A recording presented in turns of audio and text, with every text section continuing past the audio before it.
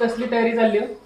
मकर संक्रांत येते ना, so special मी videos बनवते. आणि हे काय ब्लॅक साडी का घातली? मकर संक्रांतीच्या दिवशी ब्लॅक साडीज घालतात. अच्छा बर, एक काम कर बरं, मला महत्व सांगतेस का जरा मकर संक्रांतीचं? ओके. सांगा. अरे परंपरा आणि प्रथा आहे आपली ती. बस एवढंच? मला एवढंच माहिती. मी सांगू का? चला तर मी तुम्हाला सांगतो.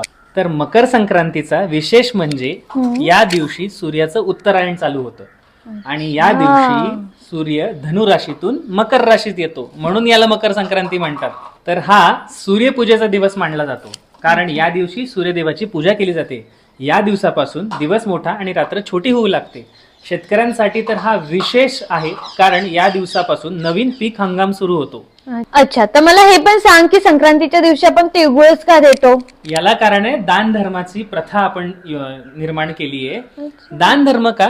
तिळगुळ घ्या, पण तिळगुळासोबत पूर्वी वस्त्रदानही व्हायचं आणि यामुळे दान धर्माची प्रथा त्यांनी सुरू ठेवली होती.